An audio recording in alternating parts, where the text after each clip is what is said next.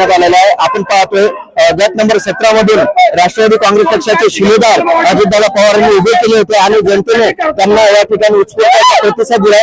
भारतीय जनता पक्षाचे या ठिकाणी डिपॉझिट जप्त झालेले आहे। आपण पाहतोय आपल्यासोबत अधिकृत उमेदवार पंचायत समिती जिल्हा परिषद सदस्य आपल्यासोबत आहेत। प्रफुल्ल काळीराम शेले, त्याला नमस्कार। काय सांगा, काय उत्सुकता आहे आपल्यामध्ये? एवढे प्रेम जनतेने दिले हे पहिल्यापासूनच होते, फक्त आता ते निभारायचं म्हणून फॉर्म भरला आणि बळीचा पत्रा कोणाला तरी बनायचा म्हणून त्याला बळीचा पत्रा बनवला आणि लोकांनी 20,000 प्लेटचे लीड आपल्याला दिलेले।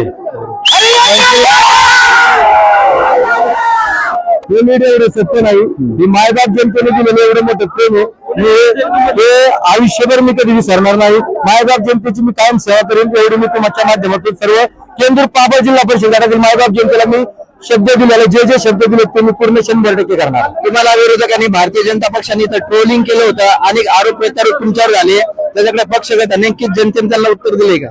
जनतेने जे त्यांनी माझ्यावर ट्रोलिंग केलं, मला काय बोलायची गरज लागणार, कारण मला पहिल्यापासून आत्मविश्वास होता, मला यांच्यावर काय बोलायची गरज नव्हती, हे जनतेनेच त्यांना उत्तर दिलेले।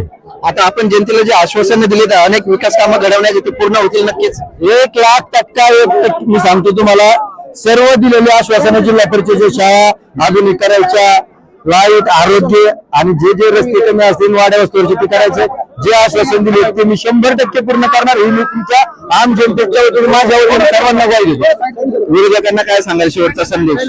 विरोधकांना आता त्यांनी या मतपत्रिकेतून त्यांना संदेश दिलेला आहे, मला सांगायची गरज पण नाही। ओके, आपण पार्टी झालेला आहे, हा कुणाला समर्पित करणार आपण? हा विजय मी महाराष्ट्र राज्याचे आपले लाडके माजी उपमुख्यमंत्री, आपल्या पुणे जिल्ह्याचे पालकमंत्री आमदार अजितदादा पवार आणि माझा एक सहकारी 1 महिन्यापूर्वी जो धामारी गावात तो काम करायचा, माझा जवळचा सहकारी होता, म्हणजे जीवाचा सहकारी होता, नामदेव शिवले, तो 1 महिन्यापूर्वी हृदयविकाराच्या झटक्याने धामारी गावातच काम करता की एक्सपायर झाला। आज या दोघांना म्हणजे दादांना आणि माझ्या जीवलग सहकार्याला हे विजय मी समर्पित करतो। माझ्या लाडक्या बहिणीने तुम्ही उज्जैन महाकाल यात्रा दाखवली, जी या दगदगीच्या काळात जी शक्य नव्हती, त्या माय माऊलींबद्दल काय सांगा? त्या माऊलींचा आशीर्वाद म्हणजे महाकाल बाबाचा आशीर्वाद मला भेटला आणि खरं महाकाल बाबाचा आशीर्वाद माऊलींनी मला दिलेला आहे। महाकाल बाबा जरी उज्जैनला असला तरी उज्जैन म्हणलं महाकाल बाबा ह्या माय माऊलींच्यात मला पाहायला मिळाला। आज ती मतदानातून कळून आलं सगळं। ओके, या ठिकाणी